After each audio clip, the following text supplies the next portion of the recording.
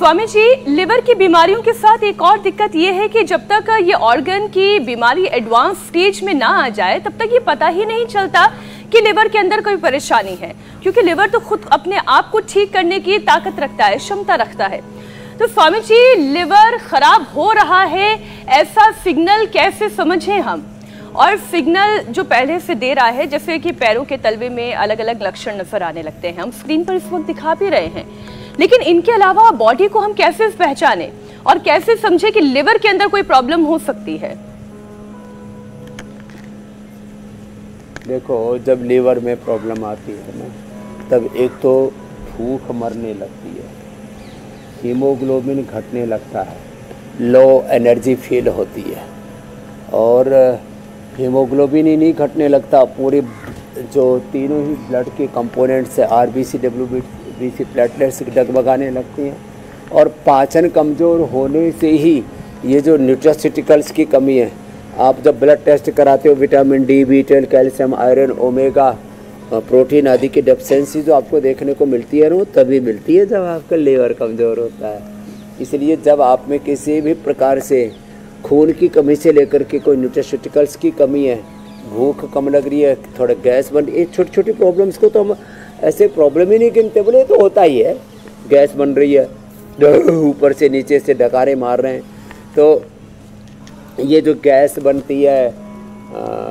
2 बार पेट साफ होना चाहिए, जो 3-3 बार खाते हैं उनका, जो 1 बार खाते हैं तो चलो ठीक है, 1 बार से भी चलेगा। तो जो कब्ज रहता है या कोलाइटिस रहता है, IBS रहता है, तो ये जितने भी पेट के उपद्रव हैं, और थोड़ा सा कुछ तीखा खाया तो पता लगा बवासीर के मस्से ही फूल गए, तो हमें इन चीज़ों पर ध्यान देना पड़ेगा जो बॉडी इंडिकेशन देती है। और हाँ, स्किन प्रॉब्लम्स जो पूरे शरीर में खराश आदि होती रहती है, ऐसे तो खुजली, जितने भी उपद्रव शरीर में हैं, वैसे तो मूलतः उदर की विकृति से ही प्रारंभ होते हैं जी। मोटे लोगों को भी फैटी लिवर की प्रॉब्लम ज़्यादा रहती है, हाँ, इसलिए उनको हमने ये अभ्यास बता दिए, बैठ करके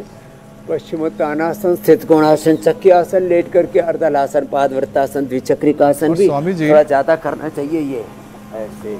तो स्वामी जी, एक बात बताइए कि अगर भूख अच्छी लग रही है लेकिन फिर भी भूख को कंट्रोल कर रहे हैं, जैसे कि हमें करना पड़ता है, आपके साथ रह के हमने ये सीखा है, भूख लग रही है लेकिन कम खा रहे हैं, उसमें तो कोई दिक्कत नहीं है ना? भूख से एक रोटी कम वाला फॉर्मूला स्वामी जी सही है या नहीं? ये काम तो हम बचपन से कर रहे हैं। हाँ, देखो, ऐसा कहा जाता है आयुर्वेद में, जितनी भूख हो उससे कम आधा भोजन करना चाहिए, और ये तो भूख और नींद और बैर प्रमाद ऐसा जितना बढ़ा उतना बढ़ जाता है। तो देखो,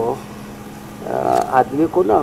आजकल तो जो बहुत पढ़े लिखे लोग हैं ना, एक तरह से तोल के खाने लग गए तो इतना ग्राम, ये भूख का ना कोई हिसाब किताब नहीं है, अपनी ज़रूरत कितनी है उतना खाओ,